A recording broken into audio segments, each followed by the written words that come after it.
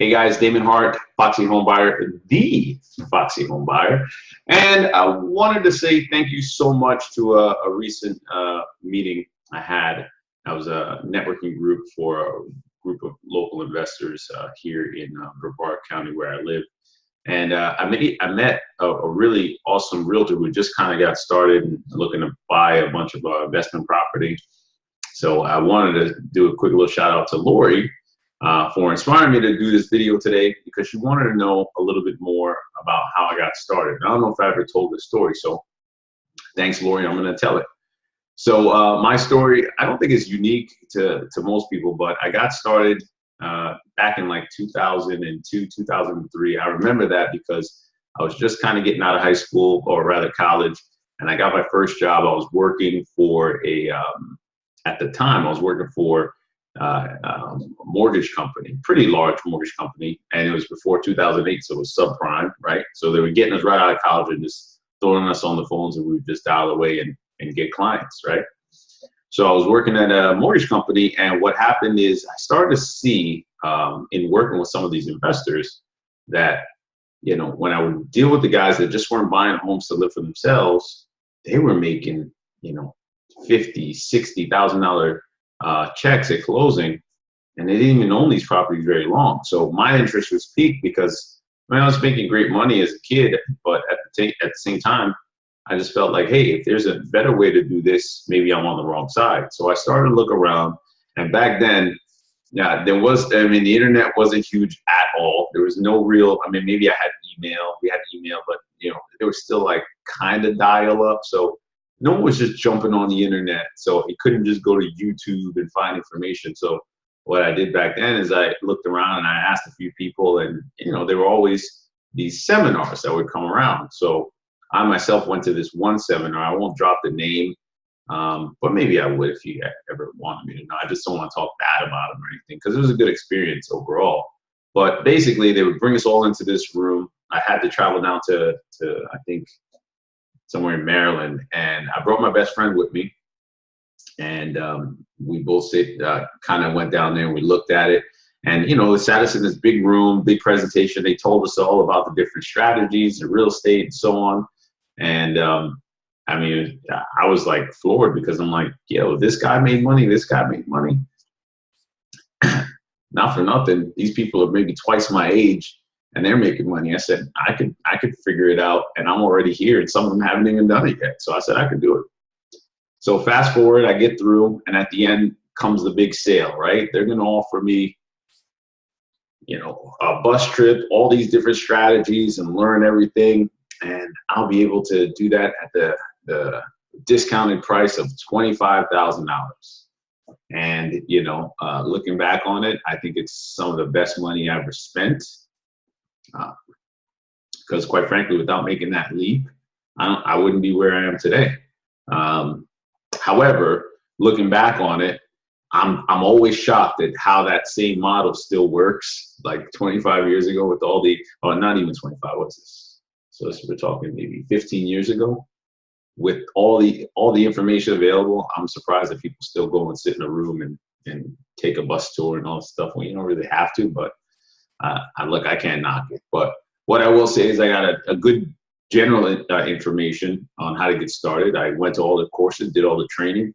Then I got back to my market. I lived in New Jersey at the time, and I got out, and I was, you know, so excited. So I was telling all of my friends kind of like what I was doing now. I still had my gig, but at the same time, I wanted to get out of it because it was kind of a grind in the mortgage business, and I kind of saw things slowing down. So I talked to my buddy Kev, and Kev, if you're watching this, you'll remember this, right? I said, hey, Kev, you know, I just need to find a property. You tell me where there's a property out there, and I'll go get it. And I said, make it ugly. Anything that's ugly, I want to go and meet with him. So what Kev did is he, you know, he actually literally, I don't know how he found the lady, but he's probably like a pretty, you know, popular guy. He's actually a police officer now. But Kev found a little old lady, literally, that he knew somehow, and, you know, connected two of us, said, hey, my friend wants to buy your house, and he has cash.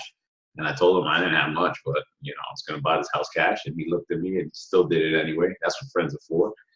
I bought the house, put it on the contract, got it for $66,000. Then turned around, sold to another investor who I met at a RIA group or something like that, and sold it for 76,000. So I think in total, I remember the check being 10,000 net. So, after that, that was my first deal. And then I broke, Kev off with some cash for finding the deal. And I was off to the races. I was convinced that all I had to do was just keep getting deals like that from Kev, and or however else I was supposed to get them, and I would make money over and over and over again. And I'd be out, I'd be driving Bentleys and Ferraris and all that other stuff, because this was the easiest money I ever made. Well, what happened in the next coming months is I didn't close any more deals.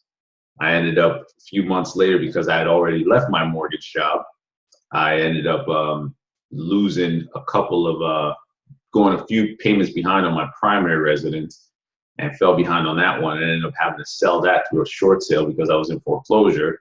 I had tenants that weren't paying the rent, lived right downstairs to me.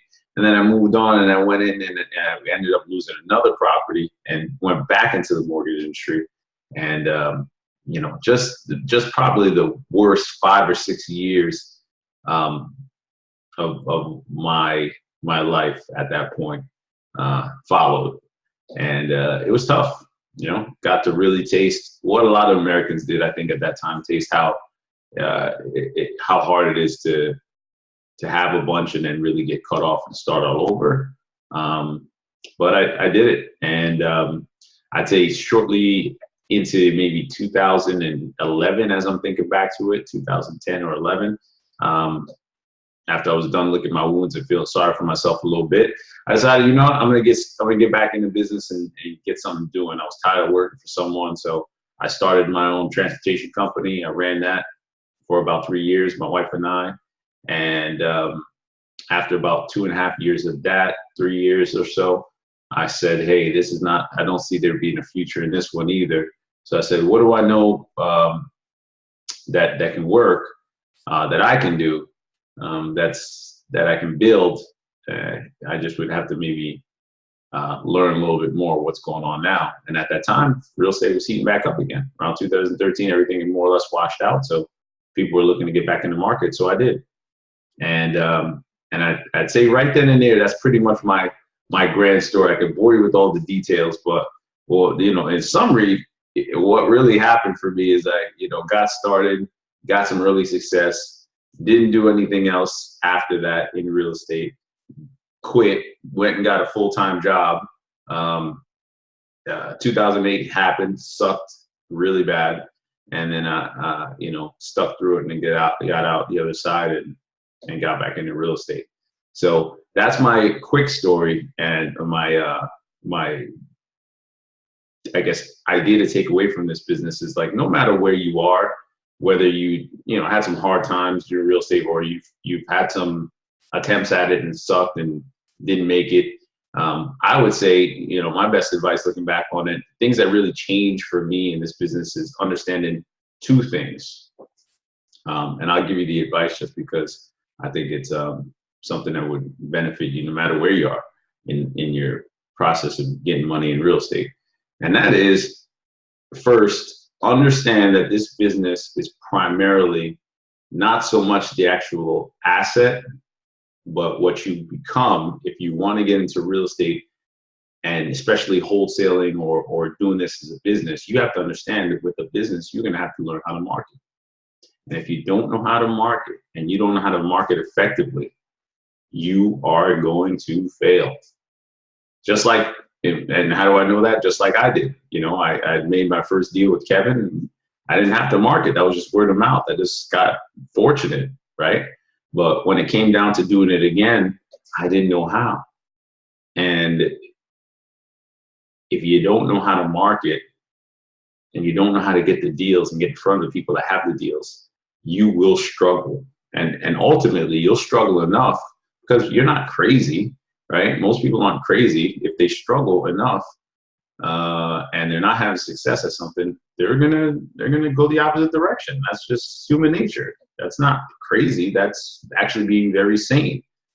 Something hurts so much and it's not working out or sucking, you do something else. And that's what I did. And it just so happens that you know, path of life, I decided I would give it a go, but then I also learned how to market. And that was the big turning point for me. Second is because I was getting back into this business and I wanted to make sure to ensure my success, I took another huge leap in trying to do things smarter. And what it was is I decided I'm going to hire myself a mentor.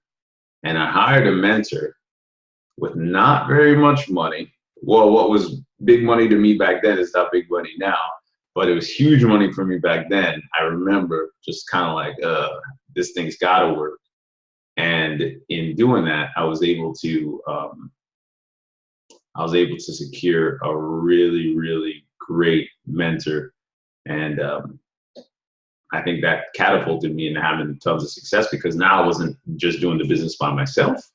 I had somebody else to help me in the business and avoid a lot of pitfalls and all the mistakes that I had made. I didn't want to make those again or any future mistakes. So I just said, I'm going to hire myself a mentor that's going to help me avoid all of that and then push me into, you know, the next level of success, which, you know, at looking back on it, it was the smartest decision I ever made. So with that, that's my story, how I got started. And I guess for people that don't know me, where I am now is, you know, I work from home. This is it. I don't have a fancy office downtown. I have my employees who are primarily virtual. We have folks all around the world that work here with me in Foxy Home Buyer. And I'm here on the East Coast of Florida. I do primarily the acquisitions here, and I also have some team members on the West Coast that does acquisitions. And I'm in a really great space in my business, and it's all thanks to, you know, number one, this small beginning. So, you know, don't be too concerned about where you start, because it's always going to be small. But just know from experience, I can tell you this, that, you know, things get better. As you learn more in this business, things will get better. So that's my story. So thanks again, Lori, for the question and the suggestion to share this info with you. If you guys like this video and you enjoyed it, please share. It always helps, because I'm working to get more people to know about the type of real estate that we do. So please share with anybody that you think could get value. Of course, comments, always great. You know what I always say, if you don't like it, you're probably an idiot. No, I'm just kidding. I don't say that. I think it, but I probably don't. I won't say it. Maybe I did just say it. Either way, take it however you want. But no, really, comment and tell me what you think, because it really helps. And if you like it, give me some good feedback. If not, give me some constructive. I'll be glad to share, you know, my viewpoint with you in the comments, or put out another video that you feel would be more what you're looking for, because that's what I'm in. I'm in the service business. All right. So with that, I want to say thanks for tuning in. Lori, I'll see you around. And in the meantime, I want you to do one thing. That's right. Stay cool and keep it foxy. All right. Bye for now, guys.